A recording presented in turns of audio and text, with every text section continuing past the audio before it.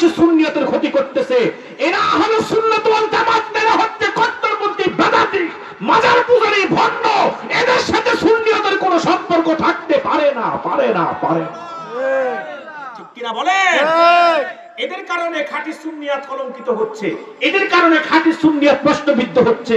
মনে রাখবেন, এই দেশে প্রকৃত সুন্নিয়ত যদি কেউ শিক্ষা দিয়ে থাকে জাতিকে, সেটা হচ্ছে সিলসিলায়ে জনপুরি। ঠিক কিনা বলেন? সেটা হচ্ছে সিলসিলায়ে ফুরফুরা, সেটা হচ্ছে সিলসিলায়ে সালসিনা, সেটা হচ্ছে সুরাকান্দা দরবার, সেটা হচ্ছে ফুলতলি দরবার। হক্কানি আল্লাহর ওলিই এদেশের মানুষকে খাঁটি সুন্নিয়ত শিক্ষা দিয়েছে। আর যারা মাজারে সেজদা দেয়, যারা পীরের পায়ে সেজদা দেয়, জিকিরের মধ্যে আল্লাহর শান বাদ দিয়ে যারা পীরের শান গায়, ঢোল নিয়ে তবল নিয়ে নারী পুরুষ অবাধে মেলামেশা করে যারা ভণ্ডামি করে, এরা সুন্নি না, এরা বেদাতি মাজার পূজারী মুশরিক ছাড়া কিছু হতে পারে না। ঠিক কিনা বলেন? আমার কথা কি রাগ করলেন না? এটাই চরম সত্য। জোরে বলেন। তো পাগলের দুইটা প্রকার আছে, একটা জাতের পাগল, আরেকটা হলো তালের পাগল। দেখতে কেমন? গায়ে চট, মাথায় জট, শরীর থেকে বের হয় কি দুর্গন্ধ, যা বলে সব আবল তাবল। কিন্তু বিন্দেশি মানুষগুলা গিয়ে দেখলো কাফেরদের বক্তব্যের সাথে আল্লাহর হাবিবের সাথে বাস্তবে কোনো মিল নেই। কাফেররা বলেছে মুহাম্মদুর রাসূলুল্লাহ পাগল, সে যা বলে সব আবল তাবল, এগুলো বানানো কথা। কিন্তু বিন্দেশি মানুষগুলা গিয়ে দেখলো কাফেরদের বক্তব্যের সাথে রাসূলের বাস্তবে কোনো মিল নাই। আল্লাহর হাবিবের গায়ে কোনো চট নাই, মাথায় কোনো জট নাই, বরং আমার নূর নবী নূরের জিসিম থেকে মেশকে সুগন্ধি বের হচ্ছে। সুবহানাল্লাহ বলবেন না? আর রাসূলুল্লাহ চুলগুলা ছিল ভাবরি চুল, কোকড়া কোকড়া ছিল। হুজুর যে মাথার মধ্যে সিঁথি কাটতেন, রাসূলুল্লাহ চুলের সিঁথি থেকে নূর চমকাতো। সুবহানাল্লাহ বলবেন না? আল্লাহর হাবিবের নূরের কপাল থেকে নূরের দুধটি বের হয়ে যেত। সুনান তিরমিজির হাদিস, শামাইল তিরমিজিতে এসেছে, সাহাবী বলেন, ইযা তাকাল্লামা রুইয়া কান নূর ইয়াখরুজু মিন বাইনি সানায়া। আমার নূর নবী যখন বেহেশতের হাসি হাসতেন, নূর নবীর দুই দাঁতের মাঝখান দিয়ে নূর বের হয়ে যেত। সুবহানাল্লাহ। সহিহ বুখারী দ্বিতীয় খণ্ডের হাদিস, আনাস বিন মালিক বলেন, আল্লাহর হাবিব যখন খালেদ সাইফুল্লাহর জন্য হাত তুলে দোয়া করছেন, আল্লাহর হাবিবের গায়ের মধ্যে চাদর আবৃত ছিল। দোয়াতে রাসূলুল্লাহ তো আবেগ আসলো, খালেদের জন্য দোয়া করতে সময় হুজুরা তো আবেগ আপ্লুত হয়ে গেল। হাত তুলতে তুলতে আবেগ হুজুরা তো উপরে হাত তুললো। হাত্তা রাআইতু বায়াদা ইবতাইহি, আমরা দেখলাম রাসূলুল্লাহর বগল থেকে নূর চমকাচ্ছে। এত সুন্দর ছিল আমার নূর নবী। তানবীরুল মিহবাস মিন তাফসীর ইবনে আব্বাসের মধ্যে আব্দুল্লাহ ইবনে আব্বাস বলেন, আল্লাহর হাবিব যখন দিনের বেলা সূর্যের আলোর সামনে যেত, রাসূলুল্লাহ জিসিমের নূর সূর্যের আলোর উপর প্রভাব বিস্তার করত। হুজুর যখন রাতের বেলা পূর্ণিমা চাঁদের সামনে যেত, আমার নূর নবীর জিসিমের নূর পূর্ণিমা চাঁদের আলোর সৌন্দর্যকে হার মানিয়ে দিত। সুবহানাল্লাহ। অথচ কাফেররা বলতো কি? মুহাম্মদ পাগল। রাসূলুল্লাহ বলবেন না, সে যা বলে সব মিথ্যা কথা। কিন্তু তারা দেখলো মুহাম্মদুর রাসূলুল্লাহ যে কোরআন থেকে বলতেছে, এটা তিনার বানানো কোনো কথা নয়, নিঃসন্দেহে কালামুল্লাহ, প্রত্যেকটা কথা আল্লাহর কথা। বলেন সুবহানাল্লাহ। তারা ব্যর্থতায় পর্যবসিত হয়েছে। বিরোধিতার ফল হলো কি? বিরোধিতা করেছে মানুষ, রাসূলুল্লাহর কাছে এসেছে আর কোরআন শুনে আর রাসূলুল্লাহর চেহারা মোবারক দেখে দলে দলে মুসলমান হয়ে গেছে। সুবহানাল্লাহ। ১৫০০ বছর আগের কাফেররা চেষ্টা করেছে কোরআনকে মিথ্যা প্রমাণ করতে পারেন নাই। এই কোরআন থেকে ভুল খুঁজে বের করতে পারেন নাই, এই কোরআনকে ভুল প্রমাণ করতে পারেন নাই। ১৫০০ বছর আগ থেকে আজ পর্যন্ত কাফেররা কি চেষ্টা করে নাই? কথা বলছেন না কেন? ১৫০০ বছর আগ থেকে আজ পর্যন্ত কাফেররা কি চেষ্টা করে নাই? কতটুকু চেষ্টা করেছে? আপনারা ডক্টর মোরেস বুকাইলির নাম শুনেছেন। ডক্টর মোরেস বুকাইলি যখন ফ্রান্সের একজন বড় দার্শনিক ছিল, তিনি যখন আরবের শায়েখদের কাছে শুনল যে আল্লাহ তাআলা কোরআনের শুরুতেই বলেছেন যালিকাল কিতাবুল লা রাইবা ফি, এই যে 30 পারা কোরআন, এই কোরআনে কোনো ভুল নাই, কোনো সন্দেহ নাই। ডক্টর মোরেস বুকাইলি বলে, মানুষ ছোট্ট একটা বই লিখলো, অনেক ভুল হয়ে যায়। এত বড় একটা বই, কিন্তু এখানে কোনো ভুল নাই, আমি এটা বিশ্বাস করি না, আমি কোরআনের ভুল খুঁজে বের করবই। নাউজুবিল্লাহ বলবেন না? আচ্ছা এবার বলুন তো, কোরআনের ভুল খুঁজে বের করতে হলে কোরআন পড়ার দরকার আছে না নাই? কোরআন বুঝার দরকার আছে না নাই? শুধু কি বুঝলেই হবে, বরং কোরআনের প্রত্যেকটা অক্ষরের ব্যাখ্যা এবং উদ্দেশ্য আপনাকে বুঝতে হবে। ডক্টর মোরেস বুকাইলি শিখলেন বুঝে বুঝে কোরআন পড়া। এরপরে ভুল ধরার উদ্দেশ্যে কোরআন পড়া শুরু করলেন। বিসমিল্লাহর বা থেকে মিনাল জিন্নাতি ওয়ান নাস সিন পর্যন্ত বুঝে বুঝে ভুল ধরার উদ্দেশ্যে কোরআন পড়লেন, কিন্তু কোথাও ভুল খুঁজে পায় না। বরং তিনি দেখলেন কোরআনে তো ভুল নাই, ভুল আছে তো আছে আমার জীবনে। বলবেন না ভুল আছে কোথায়? জীবনে। দেখবেন জ্ঞানী লোককে যদি কেউ ভুল ধরিয়ে দেয়, জ্ঞানী লোক তার ভুলটা সংশোধন করে, আর মূর্খকে যদি কেউ ভুল ধরিয়ে দেয় তো মূর্খ তার শত্রু বানায়। ঠিক ঠিক কিনা বলেন? ঠিক।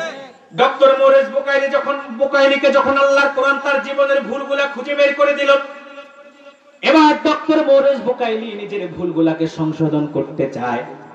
আল্লাহর কোরআনকে বুকে নিয়ে আরবের শায়েখদের হাতে হাত রেখে নিজের ভুল সংশোধনের জন্য তিনি কালিমা পড়ে মুসলমান হয়ে গেলেন। 1446 হিজরি যাচ্ছে, আজ পর্যন্ত এই কোরআন থেকে একটা নোক্তার ভুল কেউ খুঁজে বের করতে পারে নাই। এবার বলেন তো হোমনাথ চান্দের চরবাসী, আগামী দিন যদি কাফের মুশরিক বেঈমান ইসলামের দুশমনরা ঐক্যবদ্ধভাবে চেষ্টা করে, এই কোরআন থেকে কি কোনো ভুল খুঁজে বের করতে পারবে? বলেন পারবে? জি না। চেষ্টা করলে সবাই? জি না। মনে করেন সারা পৃথিবীতে 800 কোটি মানুষের মধ্যে 200 কোটি মুসলমান, 600 কোটি তো বেঈমান। ঠিক কিনা বলেন? হিন্দু, বৌদ্ধ, খ্রিস্টান, চাকমা, ইহুদি, নাসারা ইসলামের দুশমন, কেউ তো বন্ধু না। কথা বলেন, সবাই কি ইসলামের দুশমন? কেউ বন্ধু না। মনে রাখবেন পৃথিবীতে কোনো কাফের মুসলমানের বন্ধু না। মুসলমানের সবচেয়ে বড় শত্রু হচ্ছে কাফের মুশরিক বেঈমানরা। আর সারা পৃথিবীতে কাফের মুশরিক বেঈমানরা, এরা মুসলমান বিদ্বেষী এত বেশি, এরা কোথাও মুসলমানদেরকে সহ্য করতে পারে না। এই জন্য সারা পৃথিবীতে যেখানে মুসলমান আছে সেখানে কাফেররা নির্যাতন নিশ্চিন্নলাভ চালায়। কি ভারতে, কি আসামে, কথা বলেন, কি মায়ানমারে, কি ফিলিস্তিনি, কি কাশ্মীরে, প্রত্যেকটা ভূখণ্ডে এমন কোন ভূখণ্ড নাই যেখানে ইসলাম পন্থীদের উপর নির্যাতন করা হয় না। আপনি সারা পৃথিবীর দিকে তাকায়া দেখেন, সারা পৃথিবীকে যদি আপনি এক করে দেখেন যে সারা পৃথিবীতে মুসলমানরা কোথায় ভালো আছে, আপনি দেখবেন কোন বেঈমানের কাছে মুসলমানরা কোথাও নিরাপদ না। যেখানে যাদের প্রভাব সেখানে তারাই মুসলমানদেরকে নির্যাতন করতেছে। যেখানে হিন্দুদের প্রভাব বেশি সেখানে হিন্দুরা মুসলমানদের উপর নির্যাতন করতেছে। যেখানে খ্রিস্টানদের প্রভাব বেশি সেখানে খ্রিস্টানরা মুসলমানদের উপর নির্যাতন করতেছে। যেখানে বৌদ্ধদের প্রভাব বেশি সেখানে বৌদ্ধরা মুসলমানদের উপর নির্যাতন করতেছে। যেখানে ইহুদিদের প্রভাব বেশি সেখানে ইহুদিরা মুসলমানদের উপর নির্যাতন করতেছে। যে দৃশ্য মুসলমানদের হৃদয়ে রক্তের ক্ষরণ সৃষ্টি করতেছে সেটা হচ্ছে জেরুজালেমে বাইতুল মুকাদ্দাসে ফিলিস্তিনি মুসলমানদের উপর ইসরায়েলিরা চরমভাবে নির্যাতন নিশ্চিন্নলাভ চালাচ্ছে। যে দৃশ্য সারা পৃথিবীর 200 কোটি মুসলমানের হৃদয়ে রক্তের ক্ষরণ সৃষ্টি করেছে। কিন্তু আমার দুঃখ কোথায় জানেন? আমেরিকাতে যদি একটা বিড়াল মারা যায় সেটার জন্য জবাবদিহিতা করতে হয় রাষ্ট্রকে, বিড়ালটা কেন মারা গেল। কিন্তু মুসলমানরা সারা পৃথিবীতে মারা যায়, কোথায় আমেরিকা, কোথায় ভারত, কোথায় আজকে জাতিসংঘ? কারো কোনো মাথা ব্যথা নাই মুসলমানদের হত্যা নিয়ে। কথা বলেন ঠিক না ঠিক? কিন্তু সারা পৃথিবীতে বেঈমানদের সামান্য একটু যদি অসুবিধা হয়, সারা পৃথিবীর বেঈমানগুলো ঐক্যবদ্ধ হয়ে বেঈমানদের জন্য, বেঈমানদের অধিকারের জন্য দাঁড়িয়ে যায়। কিন্তু আমার ফিলিস্তিনের মুসলমান ভাইয়েরা শত শত বছর ধরে বাইতুল মুকাদ্দাস, যেটা মুসলমানদের পূর্ব কিবলা, সেই বাইতুল মুকাদ্দাসের ইজ্জত রক্ষার জন্য জীবন দিচ্ছে। শিশু বাচ্চাগুলো পর্যন্ত রক্ত ঝরাচ্ছে। প্রতিদিন মুসলমানরা না খেয়ে আছে। কিন্তু কোথায় আজকে জাতিসংঘ, মানবাধিকার সংস্থা? তারা মুখের মধ্যে কুলু পেটে বসেছে, কোনো প্রতিবাদ তারাও করে না। কিন্তু আপনি দেখেন জাতিসংঘ বিগত কালে ইহুদি খ্রিস্টানদের পক্ষে কি না করেছে। ইন্দোনেশিয়াতে গুটি কয়েক খ্রিস্টান স্বাধীনতার দাবি করেছে। জাতিসংঘ তার তত্ত্বাবধানে পূর্ব তিমুরকে স্বাধীন করে দিয়েছে। সুদানে গুটি কয়েক খ্রিস্টান স্বাধীনতার দাবি করেছে। জাতিসংঘ তার তত্ত্বাবধানে দারফুরকে স্বাধীন করে দিয়েছে। কিন্তু বছরকে বছর জাতিসংঘ কোন রকমের দৃষ্টিপাত বাইতুল মুকাদ্দাসের দিকে করে না। ঠিক কিনা বলেন? এই জন্য আমরাও বলবো জাতিসংঘ এটা United nation nothing but A Christian club. ঠিক কিনা বলেন? এটা কোন রকমের মুসলমানের অধিকার আদায় করবে না, কারণ এটা খ্রিস্টানদের ক্লাব। তবে মনে রাখবেন, মুসলমানকে যদি তাদের অধিকার আদায় করতে হয়, পৃথিবীতে মাথা উঁচু করে বাঁচতে হয়, তাহলে 57টি মুসলিম রাষ্ট্রের মুসলমান জাতিসংঘের মধ্যে লাথি মেরে একটি মুসলমান সংঘ তৈরি করতে হবে। আর সারা পৃথিবীতে মুসলমানগুলা এক কাতারে এসে ঐক্যবদ্ধভাবে ভূমিকা পালন করতে হবে। কিন্তু যাব কোথায়? আমাদের শাসকগুলা তো মাথা বিক্রি করেছে। ঠিক কিনা বলেন? আমাদের শাসকগুলা বেঈমানদের কাছে মাথা বিক্রি করেছে। আমাদের শাসকগুলা পশ্চিমাদের কাছে মাথা বিক্রি করেছে। তবে মনে রাখবেন মুসলিম শাসকরা মাথা বিক্রি করতে পারে, কিন্তু মুসলমানরা মাথা বিক্রি করতে পারে না। আমাদের শাসকরা বেঈমানদের কাছে মাথা বিক্রি করতে পারে ক্ষমতার জন্য, কিন্তু আমরা যারা মুসলমান আছি পৃথিবীতে, আমরা বেঈমানদের কাছে মাথা বিক্রি করি না, প্রয়োজনে মাথাটা ইসলামের জন্য কোরবানি করে দিতে পারি। ঠিক কিনা বলেন? এই জন্য আমরা চাই জাতিসংঘ তার তত্ত্বাবধানে বাইতুল মুকাদ্দাসের ফিলিস্তিনিদের স্বাধীনতার জন্য ভূমিকা রাখুক। চান কি চান না আপনারা? আর আপনারাও আর্থিকভাবে হোক, নৈতিকভাবে হোক, যে যার জায়গা থেকে দোয়া করে হোক ফিলিস্তিনের জন্য সহযোগিতা করবেন, সহযোগী হিসাবে থাকবেন। কি রাজি আছেন ইনশাআল্লাহ? যে কথা বলতে গিয়ে এতগুলা কথা বলেছিলাম, সারা পৃথিবীর সকল কাফের এক ইসলামের বিরুদ্ধে। এখন সারা পৃথিবীর 600 কোটি কাফের সবাই যদি এক হয়ে সিদ্ধান্ত নেয় যে এই কোরআনকে মিথ্যা প্রমাণ করার জন্য সারা পৃথিবীতে যত কোরআনের নুসখা আছে, সারা পৃথিবীতে যত কোরআন আছে সবগুলা সংগ্রহ করে আমরা আগুন দিয়ে জ্বালিয়ে দিব, তারপর দিন নিজেদের কারখানাগুলোতে নিজেদের মন মতো একটি ভুল কোরআন ছাপিয়ে আমরা মানুষের কাছে প্রচার করব। আচ্ছা বলেন তো সবাই এক বাক্যে কাফেররা কত পার্সেন্ট সফল হবে? একটু সবাই জবান খুলে বলেন না। সারা পৃথিবীর সকল কাফেররা ঐক্যবদ্ধ হয়ে যদি এই কোরআনকে মিথ্যা প্রমাণ করার জন্য সব কোরআনকে জ্বালিয়ে দেয়, তারপর নিজেদের মন মতো একটা ভুল কোরআন ছাপিয়ে দিয়ে মানুষের কাছে মিথ্যা শিখাতে চায়, মিথ্যা কোরআন শিখাতে চায়, বলেন তারা কত পার্সেন্ট সফল হবে? একটু জবান খুলে বলুন কত পার্সেন্ট সফল হবে? কেন? এই কোরআন সংরক্ষণের দায়িত্ব কার? আল্লাহ। এই কোরআন হেফাজতের দায়িত্ব কার? আল্লাহ। মনে রাখবেন এই পৃথিবীতে যত ধর্মগ্রন্থ আছে, তাওরাত বলেন, জাবুর বলেন, ইনজিল বলেন, old testament, new testament, Ramayana, Mahabharata, Bhagavati Gita, যত রকমের ধর্মগ্রন্থ আছে, কোন ধর্মগ্রন্থের একজন হাফেজ নাই। আছে বলেন? আরে 2-4-5 লাইন জাতীয় সেমিনারগুলোতে পড়ে ওম শান্তি ওম বং সং করে 2-4-5 লাইন যা পড়ে দেখবেন কাগজে করে লিখে আনে, তারপরে তা দেখে দেখে পড়ে। কথা বলেন? ভাইয়েরা আমার, এই পৃথিবীতে বড় বড় পণ্ডিত আছে বিধর্মীদের মধ্যে, বড় বড় বিজ্ঞানী আছে বিধর্মীদের মধ্যে, বড় বড় জ্ঞানী আছে, বড় বড় বিজ্ঞানী আছে বিধর্মীদের মধ্যে, কিন্তু তাদের ধর্মগ্রন্থ করে কোনো হাফেজ নাই। পৃথিবীতে একজন বিধর্মীয় পাবেন না ধর্মগ্রন্থ মুখস্থ পারে, কিন্তু কোরআনুল কারীমের মুজিজা, এই কোরআনকে আল্লাহ তাআলা আপনার হুম্মার চাঁদের চরে 8 বছর 10 বছরের ছোট্ট একটা কিশোরের সিনার মধ্যে জমা করে রেখেছেন, এমন নজির চাঁদের চরে হুম্মাতেও আছে না নাই? 6 বছরের শিশু কোরআন মুখস্থ করেছে, এমন নজিরও আছে না নাই? 3 মাসে এই কোরআনকে মুখস্থ করেছে, এমন নজিরও আছে না নাই? শুধু মুখস্থ করেছে তা না, এই তো রমজান মাস গিয়েছে, মাত্র 4 দিন হলো, এই যে 30 পারা কোরআন রমজান মাসে হাফেজরা তেলাওয়াত করেছে, বিসমিল্লাহর বা থেকে 30 পারা কোরআনটা মিনাল জিন্নাতি ওয়ান নাসের সিন পর্যন্ত পড়েছে, একটা নোক্তারও কোনো ভুল বেশক ব্যতিক্রম হয় না। তাহলে কেমনে কাফেররা এই কোরআনকে ভুল এবং মিথ্যা প্রমাণ করবে? আল্লাহর কথাকে মিথ্যা প্রমাণ করার ক্ষমতা পৃথিবীর কারণে কিয়ামত পর্যন্ত হবেও না। কারণ আল্লাহ বলেছেন যালিকাল কিতাবু লা রাইবা ফীহি হুদাল লিল মুত্তাকিন। আল্লাহ বলেন এই যে কোরআনে কোনো ভুল নাই, কোনো সন্দেহ নাই, হুদাল লিল মুত্তাকিন, এটি হলো মুত্তাকিদের জন্য পথ প্রদর্শক। এখন একটা প্রশ্ন করতে পারেন, হুজুর এই কোরআন শুধু মুত্তাকিদের জন্য পথ প্রদর্শক, বাকি মুসলমান যারা তাদের জন্য কি কোরআন পথ প্রদর্শক নয়? প্রশ্ন আসে না? জি। যে কোরআন আল্লাহ তো বলছে হুদাল লিল মুত্তাকিন, এটা মুত্তাকিদের জন্য পথ প্রদর্শক, তো কোরআন কি শুধু মুত্তাকিদের জন্যই পথ প্রদর্শক, বাকি মুসলমান যারা তাদের জন্য কি কোরআন পথ প্রদর্শক নয়? আপনারা কি আমার কথা বুঝতেছেন? জি। আমি কি বুঝাতে পারতেছি? এখন প্রশ্ন আসে কি আসে না? কারণ আল্লাহ তো বলছে হুদাল লিল মুত্তাকিন, তো বাকি যারা মুসলমান তাদের জন্য কি কোরআন পথ প্রদর্শক নয়? আসে না? প্রশ্ন আসে না? জি। এই জবাবটা আল্লাহ নিজেই কোরআনুল কারীমের অন্যত্র দিয়েছেন।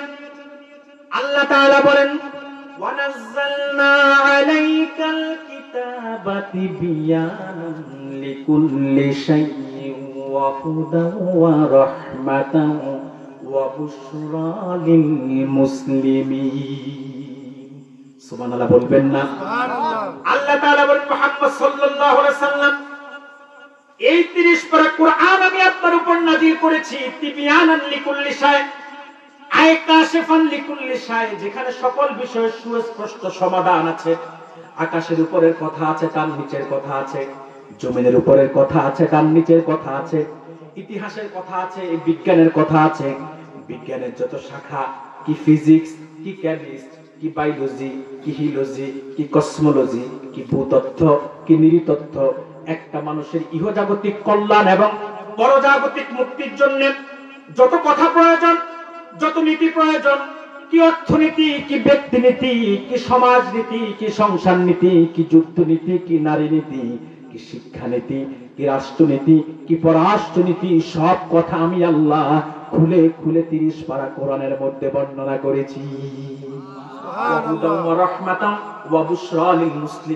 আর এটা মুসলমানদের জন্য হেদায়েতকারী, রহমত এবং সুসংবাদের বাহন। তাহলে আল্লাহ এখানে বলছে কোরআন হুদাল্লিল মুসলিমিন, যে কোরআন মুসলমানদের জন্য পথ প্রদর্শক। এখন আবার প্রশ্ন করতে পারেন যে হুজুর, আমরা মুত্তাকির জন্য পথ প্রদর্শকও জানলাম, মুসলমানদের জন্য পথ প্রদর্শকও জানলাম, তো বাকি মানুষ যারা আছে কোরআন কি তাদের জন্য পথ প্রদর্শক নয়? প্রশ্ন আছে না? জি। এই জবাবটা আল্লাহ কোরআনুল কারীম অন্যত্র দিয়ে দিয়েছেন। যে মাসে নাজিল করেছেন সেই মাসের কথা বলেই আল্লাহ জবাব দিয়েছেন। আল্লাহ বলেন শাহরু রমাদান আল্লাযী উনজিলা ফীহিল কুরআন হুদাল লিন-নাস। আল্লাহ তাআলা বলেন আমি রমজান মাসে কোরআনকে নাজিল করেছি হুদাল লিন-নাস, গোটা পৃথিবীর সকল যুগে, সকল ধর্মের, সকল বর্ণের, সকল বংশের, সকল গোত্রের মানুষের জন্য পথ প্রদর্শক হিসাবে। সুবহানাল্লাহ বলবেন না? এখন আবার প্রশ্ন করতে পারেন হুজুর, তো আল্লাহ শুরুতেই তো বলতে পারতেন হুদাল লিন-নাস। মানুষের মধ্যে হিন্দু, বৌদ্ধ, ইহুদি, খ্রিস্টান, বেঈমানরাও আছে, আবার মানুষের মধ্যে মুসলমানও আছে, আবার মানুষের মধ্যে মুসলমানদের মধ্যে যারা ফার্স্ট ক্লাসের মুসলমান মুত্তাকি তারাও আছে। তো শুরুতেই যদি বলতো হুদাল লিন-নাস, তাহলে তো এতগুলা ভাগ আল্লাহর করার দরকার ছিল না। কেন আল্লাহ 3টি ভাগ করলেন? এবার প্রশ্ন কি আরেকটা থেকে যায় না? আপনারা কি কথা বুঝতেছেন আমার? কেন আল্লাহ 3টি শ্রেণী বিন্যাস করলেন? প্রশ্ন কি আরেকটা থেকে যায় কিনা? এই জবাব আল্লাহ কোরআনের এই প্রশ্নের এই জবাব দিয়েছেন ইমাম কাজী নাসিরউদ্দিন বাইজাবি তাফসিরে বাইজাবির প্রথম খণ্ডে সুয়ালে মুকাদ্দারের জবাব দেন। ইমাম কাজী নাসিরউদ্দিন বাইজাবি রাহমাতুল্লাহ আলাইহি লেখেন তাফসিরে বাইজাবির প্রথম খণ্ডে, 3টি শ্রেণী বিন্যাস করার কারণ হলো এই পৃথিবীতে যত মানুষ আছে সব মানুষ কোরআন থেকে উপকার লাভ করবে। সে মুসলমান হলো উপকার লাভ করতে পারবে, মুসলমান যদি নাও হয় ইচ্ছা করলে সে কোরআনের ভালো দিকগুলা, কোরআনের উপকারগুলা সে এক এক করে নিতে পারবে। সুবহানাল্লাহ বলবেন না? নিচ্ছে তো।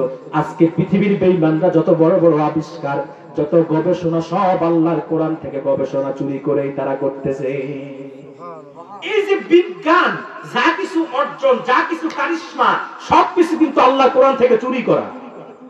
বিজ্ঞানের নিজের কিচ্ছু নাই, কারণ বিজ্ঞান সসীম, আল্লাহর কোরআন হচ্ছে অসীম। বিজ্ঞান কি? সসীম, সীমিত।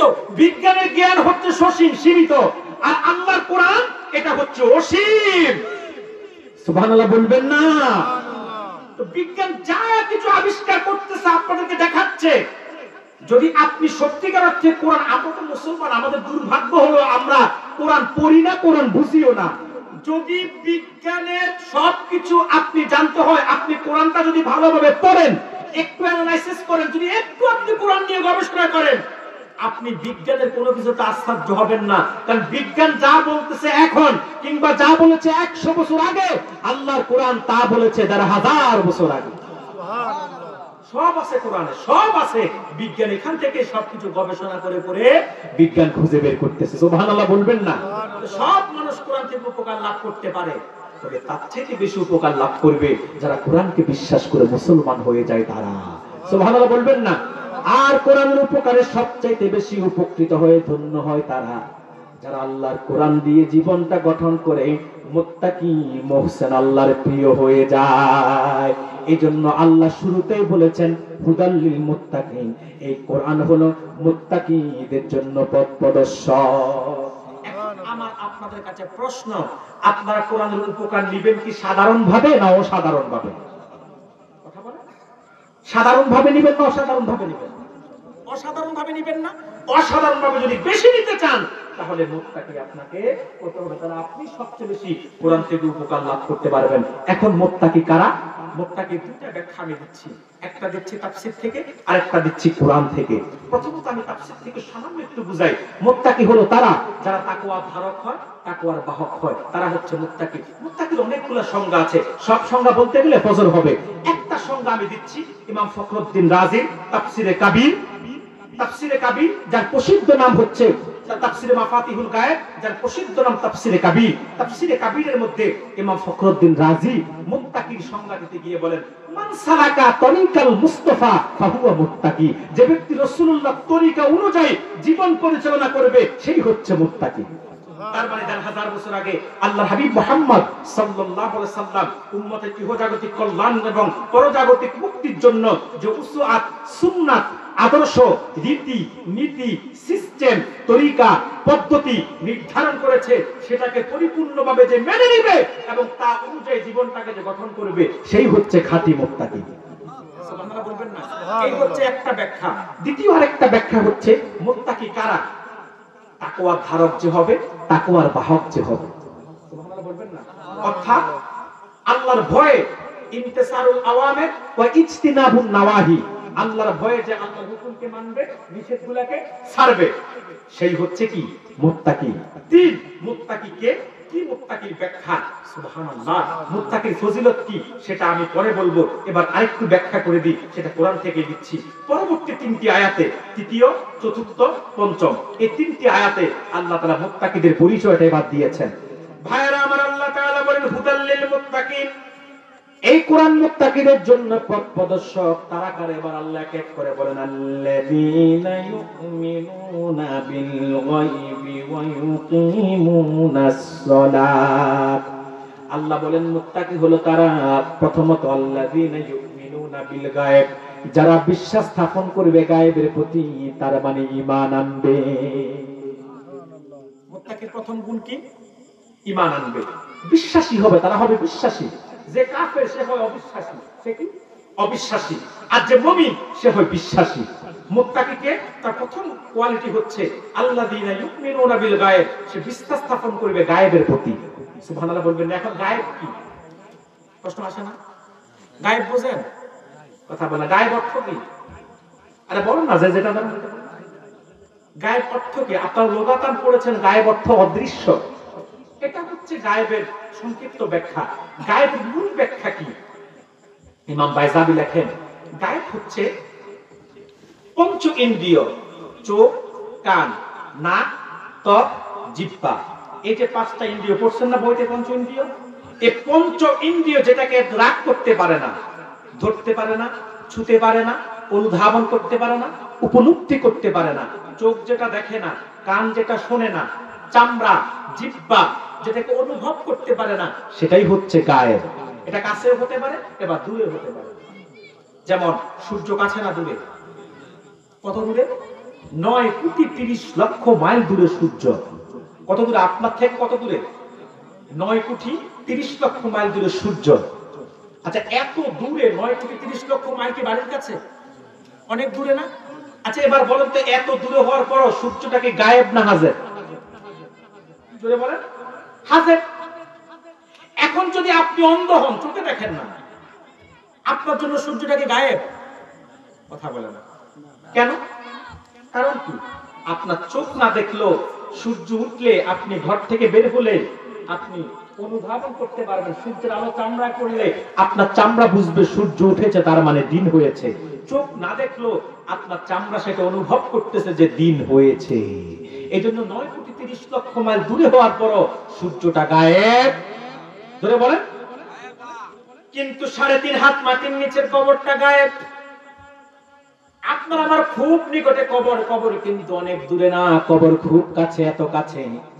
আপনি যে জমিনে দাঁড়িয়ে আছেন, এই জমিনে আপনার পা থেকে মাত্র 3.5 হাত নিচেই হচ্ছে কবর। এবার বলেন তো, চান্দের চর হোমনাবাসী 3.5 হাত মাটির নিচের কবরটা গায়েব কিনা বলেন? এমন এক গায়েব কবর, পৃথিবীর কোন শক্তি নাই কবরের ভিতরে কি হচ্ছে একটুও দেখা। বিজ্ঞান টেলিস্কোপ, বায়োস্কোপ, অতি অণুবীক্ষণিক যত যন্ত্র আছে, ওই যন্ত্রগুলোকে ব্যবহার করে বিজ্ঞান অণু থেকে অণু, পরমাণু, একেবারে ক্ষুদ্র থেকে ক্ষুদ্র যেটা আছে সেটাও কিন্তু বিজ্ঞান দেখে কি দেখে না? কথা বলে না। টেলিস্কোপে যেটা দেখা যায় না, বায়োস্কোপে দেখা যায়, যায় না? একেবারে ক্ষুদ্র থেকে ক্ষুদ্র যে জিনিসটা আছে সেটাও দেখবেন অধিক পরিমাণে বিজ্ঞান আত্মার আনুবীক্ষণিক যন্ত্র ব্যবহার করে বিজ্ঞান সেটা খুঁজে বের করে, সেটা যত দূরে হোক বিজ্ঞান সেটা অস্তিত্ব খুঁজে বের করে কি করে না। কিন্তু বিজ্ঞান না কি নাসা আর কোচ, নাসার চাইতে বড় বিজ্ঞানী তো পৃথিবীতে কেউ নাই। নাসা সব বিজ্ঞানী একসাথে হয়েও কি আপনার কবরস্থানের পাশে এসে দাঁড়িয়ে 3.5 হাত মাটির নিচে কবরে কি হয় বুঝার ক্ষমতা আছে? এটা এমন এক গায়েব, এমন এক অদৃশ্য, এমন এক গায়েব, যে গায়েব বুঝার মতো ক্ষমতা পৃথিবীর কারো কখনো হয় নাই, কিয়ামত পর্যন্ত হবেও না। কথা বলেন না কেন, হবে কি? এই কবরের মধ্যে তো অনেক কিছু হচ্ছে। হাদিস সাক্ষী, আল্লাহর হাবিব বলেছেন কবরে গর্জন হয়, তর্জন হয়, জান্নাতীদেরকে পুরস্কৃত করা হয়, জাহান্নামীদেরকে তিরস্কৃত করা হয়। কিন্তু আপনার চোখ দেখে না, কান শুনে না। আপনার সারা জীবন যদি কবর পাড়ে দাঁড়িয়ে থাকেন, আপনার থেকে মাত্র 3.5 হাত মাটির নিচের কবরের ভিতরে কি হয় আপনি বুঝতে পারবেন না। অথচ কি হচ্ছে হাদিস সাক্ষী, জান্নাতে যারা তাদেরকে এত বেশি নাজ নিয়ামত দেওয়া হচ্ছে, তাদের কবরটা ফুলের বিছানা বানিয়ে দেওয়া হচ্ছে। কিন্তু আপনি বুঝেন না, আর জাহান্নামী যারা তাদের তো শুধু আযাব আর আযাব। কেমন আযাব? হাদিস সাক্ষী, আল্লাহর হাবিব বলেছেন, সহিহ বুখারীর বর্ণনা, আম্মা জানা আয়েশা সিদ্দিকা রাদিয়াল্লাহু তাআলা আনহা বলেন, আল্লাহর হাবিব একদিন আয়েশাকে বলেন, এ আয়েশা, মানুষকে যখন তার আত্মীয় স্বজন কবরে রেখে 40 কদম পার হয়ে যায়, এর আয়েশা কবরের মাটি দুদিক থেকে চাপ দেয়, এত জোরে চাপ দেয় তার হাড্ডিগুলা ডান দিক থেকে মটমট করে ভেঙে বাম দিকে চলে যায়। আবার বাম দিক থেকে যখন কবরের মাটি চাপ দেয়, বাম দিকের হাড্ডিগুলা মটমট করে ভেঙে ডান দিকে চলে যায়। লোকটা এত জোরে চিৎকার দেয়, তার চিৎকারের আওয়াজ দুনিয়ার উত্তর থেকে দক্ষিণ, পূর্ব থেকে পশ্চিম পর্যন্ত আল্লাহর প্রত্যেকটা সৃষ্টির কর্ণকুহরে পৌঁছে যায়। শুধু শুনে না জিন আর মানুষ, কারণ জিন আর মানুষের কাছে কবরটা হলো গায়েব। সুনান আবু দাউদের হাদিস, আল্লাহর হাবিব বলেছেন, আল্লাহর হাবিব সাহাবীদেরকে বলেন, এ সাহাবীরা, কবর যে কত ভয়ানক, কবরের আযাব যে কত ভয়ানক। আমার মন চায় আমার উম্মতদেরকে আল্লাহকে বলে যেন দেখে যা, দেখতে পারে সেই ক্ষমতা দিয়ে দিন। রে আয়েশা, কবরের ভিতরে কি হয়? রে সাহাবায়ে কেরাম, কবরের ভিতরে কি হয়? আমার মন চায় আল্লাহকে বলে দেয় যেন আল্লাহ আমার উম্মতকে দেখার ক্ষমতা দিয়ে দেয়। কিন্তু শুধুমাত্র এই কারণেই বলি না, কবর আযাব যদি একবার উম্মত চোখে দেখতো, কেউ তার আত্মীয় স্বজনদেরকে কবরে দাফন করতো না, কেউ তার আত্মীয় স্বজনদেরকে কবরে দাফন করতো না। প্রত্যেকটা লাশ দুনিয়ার মধ্যেই পচে শুকিয়ে যেত, তারপরেও কবর আযাবের ভয়ে কেউ তো কবরের তার আত্মীয় স্বজনের লাশ নিয়ে দাফন করতে যেত না। এত ভয়ানক জায়গা কবর। এই জন্য রাসূলের সাহাবীরা যখন কবরের পাশে যেতেন, অঝর দ্বারাই কাঁদতেন। সহিহ মুসলিমের বর্ণনা, হযরত উসমান রাদিয়াল্লাহু তাআলা আনহুর খাদেম বলেন, হানি বলেন, হযরত উসমানকে আমি রাসূলুল্লাহর কদমে জাহান্নামের বয়ান শুনতে দেখেছি, তখন আমি উসমানকে কাঁদতে দেখি নাই। কিন্তু যখন উসমান কবরের পাশে গিয়েছে, এত বেশি অঝর ধারা উসমানকে কাঁদতে দেখেছি। উসমান কাঁদতে কাঁদতে উসমানের চোখের পানি দাড়ি ভিজে আল্লাহর জমিনে পড়তো, মাটিটা পর্যন্ত ভিজে যেত। খাদেম জিজ্ঞেস করে, উসমান, আল্লাহর হাবিবের কদমে আপনাকে জাহান্নামের বয়ান শুনতে দেখেছি, তখনও তো আপনাকে এত অঝর দ্বারা কাঁদতে দেখি নাই। উসমান, আপনি কেন কবরের পাশে এসে এত কাঁদেন? হযরত উসমান বলেন, রাসূলের সাহাবীরা, শোনো শোনো, তোমরা কি আল্লাহর হাবিবের জবান থেকে শোনো নাই? আল্লাহর হাবিব বলেছে, আউয়ালু মানজিলিন মিন মানাজিলিল আখিরাত। আল্লাহর হাবিব বলেছেন, কবর আখিরাতের প্রথম স্টেশন। কবর থেকে মানুষের হিসাব নিকাশ শুরু হয়ে যায়। আল্লাহর পরীক্ষায় কবরে যে টিকে যাবে, হাসরে সে আরশের নিচে ছায়া পেয়ে যাবে, মিজানে তার হিসাব নিকাশ সহজ হয়ে যাবে, ফুলসিরাত সে বিজলির গতিতে পার হয়ে যেতে পারবে। এজন্য আমি সবচেয়ে অধিক পরিমাণ বেশি ভয় করে কবরকে। বলেন সুবহানাল্লাহ। হযরত উসমান যে জান্নাতের সার্টিফিকেট পেয়েছে, শুধু সার্টিফিকেট পেয়েছে তা না, আল্লাহর হাবিব জিহাদের ময়দানে উসমান এত বেশি ধন সম্পদ দিয়েছে, দিনার আর দিরহাম, রাসূলুল্লাহ উসমানের দিনারে এক হাত ঢুকিয়ে দিয়েছেন, দিরহামে আরেক হাত ঢুকিয়ে দিয়েছেন। আল্লাহর হাবিব বলেছে, সাহাবীরা শোনো, আজকে দানের পরে আল্লাহ উসমানের প্রতি এত রাজি হয়েছে, কিয়ামত পর্যন্ত আল্লাহ কোনদিন উসমানের প্রতি নারাজ হবেন না। সেই উসমান যদি কবরের ভয়ে এত কান্না করে, আমরা তো কবরের ভয়ে বেহুশ হয়ে যাওয়ার কথা ছিল, কিন্তু আমরা কবরস্থানে গিয়ে হাসাহাসি করি। যুবকরা হেডফোন লাগিয়ে গান শুনে, এমন যুবক এ মাঠেও দুই একজন থাকতে পারে। কথা বলেন। শুধু কি তাই, আত্মীয় স্বজনকে কবরে দাফন করতে যাব, সেখানেও তো আমরা হাসতে হাসতে দাফন করতেছি। আমি তো এমনও দেখেছি জানাজার নামাজে দাঁড়ায়া পর্যন্ত হাসাহাসি করে, কিন্তু একবার চিন্তা করে নাই আমার সামনে এখন খাটিয়ার মধ্যে লাশ আছে, একটু পরে আমার লাশটাও এই খাটের মধ্যে উঠার সম্ভাবনা বলেন আছে না নাই? চিন্তাও করি না। আমরা এত বেশি গাফেল হয়ে গেছি কবরের বিষয়ে, আমরা চিন্তাও করি না। অথচ আখিরাতের প্রথম পরীক্ষাটা কবর থেকে শুরু হয়। আউয়ালু মানজিলিন মিন মানাজিলিল আখিরা, কবর হচ্ছে আখিরাতের প্রথম স্টেশন। মনে রাখবেন, মূল পরীক্ষা কবর থেকে। কবরের পরীক্ষা যে টিকে যাবে তার জন্য পরবর্তী প্রত্যেকটা পরীক্ষা সহজ হয়ে যাবে। সুনান আবু দাউদের মধ্যে হাদিস এসেছে, মানুষকে কবরে রাখার পরে আল্লাহর পক্ষ থেকে দুইজন ফেরেশতা আসে, একজন মুনকার আর একজন, একটু বলেন না সবাই, আমার সাথে কথা বললে আমি মজা পাবো। আপনাদের কষ্ট হচ্ছে? 1 ঘন্টা বরাবর হয়ে গেছে, আমি কেন পাই না এত গরমের মধ্যে? 1 ঘন্টা হয়ে গেছে, আর কিছুক্ষণ শুনবেন? ধৈর্য আছে আপনাদের? আর আধা ঘন্টা কে কে শুনবেন? হাত তুলুন তো দেখি। হ্যাঁ, আরো 1 ঘন্টা তো বলেন না রাস্তারা। এত গরম, বাড়ি যেতে মন চায় না আপনাদের? আপনারা আগে আগে গেলে তো আমারও যাওয়ার সুযোগ হবে। আরো 1 ঘন্টা দেখি আল্লাহ কতক্ষণ বলা। ইনশাআল্লাহ বলেন আলহামদুলিল্লাহ। সম্মানিত সুধী, যে কথা বলছিলাম আপনার সুনান আবু দাউদে হাদিস এসেছে, কবরে কয়জন ফেরেশতা আসে? 2 ঘন্টা, একজন মুনকার আর একজন নাকির। কবরে এসে তারা পরীক্ষা নেবে, বলেন তো কয়টা? হ্যাঁ, 2টা, 3টা? প্রশ্ন, মূল প্রশ্ন 3টা, কিন্তু পরীক্ষা হচ্ছে মুমিনের 5টা, কাফেরের 4টা। এটা আমার কথা না, আবু দাউদের হাদিস। মুমিনের কয়টা, কাফেরের কয়টা? 4টা। প্রশ্ন 3টা, পরীক্ষা কয়টা? মুমিনের কাফেরের। মুমিনের প্রথম প্রশ্নটা হবে সাইকোলজিক্যাল, মনস্তান্ত্রিক।